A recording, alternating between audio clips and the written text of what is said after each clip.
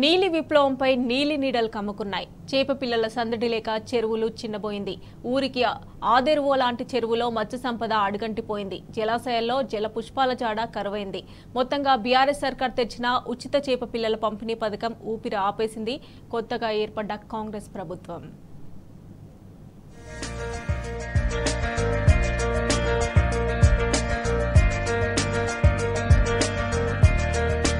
మత్స్యకారులను ప్రోత్సహించాలనే ఉద్దేశంతో 2016లో బీఆర్ఎస్ ప్రభుత్వం ఉచిత చేపపిల్లల పంపిణీకి శ్రీకారం చుట్టింది. కొమరంభీం ఆసిఫాబాద్ జిల్లాలో ఏటా వానాకాలంలో టెండర్ ప్రక్రియ నిర్వహించి Komarambheem project, Vattivagu project, Chelimela project, NTR project జలాశయాల్లో మత్స్యశాఖ ఆధ్వర్యంలో చేపపిల్లలు విడుదల చేసేవారు. చేపలు పెరిగిన సమయంలో మత్స్యకారులు వాటిని అమ్ముకొని ఉపాధి పొందేవారు. అయితే ఈ ఏడాది వర్షాకాలం వచ్చినా ఇప్పటి వరకు చేపపిల్లల పంపిణీపై స్పష్టత రావడం లేదు.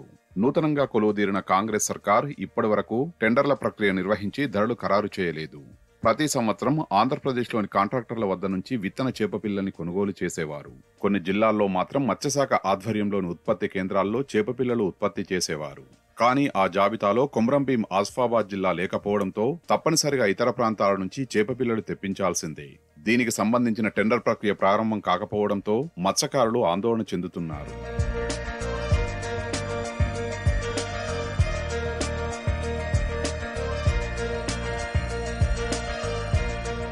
జిల్లాలోని కొమరంభీం, వట్టివాగు జలాశయాలతో పాటు చెరువుల్లో ఏటా మత్స్యశాఖ ఆధ్వర్యంలో ఉచితంగా చేపపిల్లలు విడుదల చేసేవారు. 2022లో 1,35,81,000 చేపపిల్లలు, 2023లో 1,38,51,000 చేపపిల్లలు విడుదల చేశారు. జలాశయాల్లో వదిలిన చేపపిల్లలు 8 నెలల్లో 1/2 కిలో నుంచి 3/4 కిలో వరకు సైజు పెరుగుతాయి. జలాశయాల్లోని చేపలను మత్స్యకారులు జిల్లా కేంద్రంతో పాటు కాగజ్నగర్, మంచిర్యాల, మహారాష్ట్రలోని చంద్రపూర్, బల్లార్షా ప్రాంతాలకు తరలించి మార్కెటింగ్ చేస్తున్నారు. కిలో చేపలు సుమారు 200 రూపాయల వరకు విక్రయిస్తున్నారు. దీని ద్వారా మత్స్యకారులు ఆర్థికంగా బలోపేతమవుతున్నారు. విడుదలలో జాప్యం జరిగితే సైజు పెరగడం కష్టమవుతుందని ప్రభుత్వం దృష్టి సారించి చేపపిల్లల పంపిణీకి చర్యలు చేపట్టాలని మత్స్యకారులు కోరుతున్నారు. గత ప్రభుత్వము ప్రతి సంవత్సరము చేపల పిల్లల పంపకాలు జరిపేది. మరి ఈ కొత్త ప్రభుత్వం వచ్చిన తర్వాత ఆ చేపల యొక్క ఊసు ఎక్కకపోవడం అనేది చాలా బాధాకరం. మరి మత్స్యకారులు పాపం వాళ్ళు గతంలో పెంచిన చేపలు ఈ కాలంలో వాళ్ళు మరి మార్కెట్ ద్వారా ప్రజలకు అమ్మి జీవోపాధి పొంది ఉన్నారు. వర్షాకాలం స్టార్ట్ అయింది.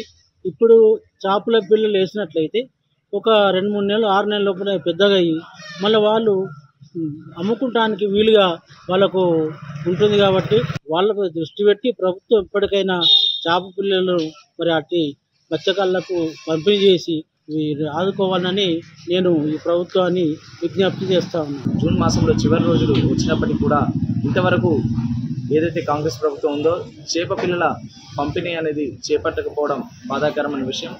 దీన్ని కారణంగా మా మత్స్యకార సోదరులు కూడా తీవ్ర ఆందోళనకు గురవుతున్నారు.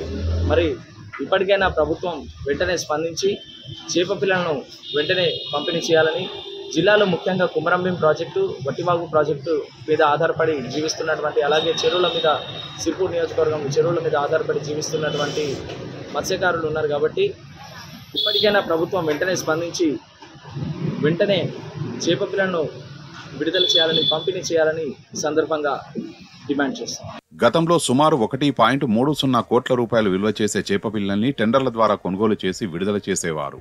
ఆయా ప్రాంతాల్లో ఎమ్మెల్యేలు, స్థానిక ప్రజాప్రతినిధుల చేతుల మీదుగా అట్టహాసంగా ఈ కార్యక్రమాన్ని నిర్వహించేవారు. గతంలో ఏప్రిల్లో ప్రకటన విడుదల చేస్తే మేలోనే టెండర్ల ప్రక్రియ పూర్తి చేసేవారు. జూన్ నాటికి చేపపిల్లలు సిద్ధం చేసేవారు. వర్షాలు పడి జలాశయాలు, చెరువులు నిండగానే వాటిని విడుదల చేసేవారు. ఈ ఏడాది ఇప్పటి వరకు ప్రభుత్వం నుంచి స్పష్టత లేకపోవడంతో చేపల పెంపకంపై ఆధారపడిన మత్స్యకారుల పరిస్థితి ఇబ్బందిగా మారింది.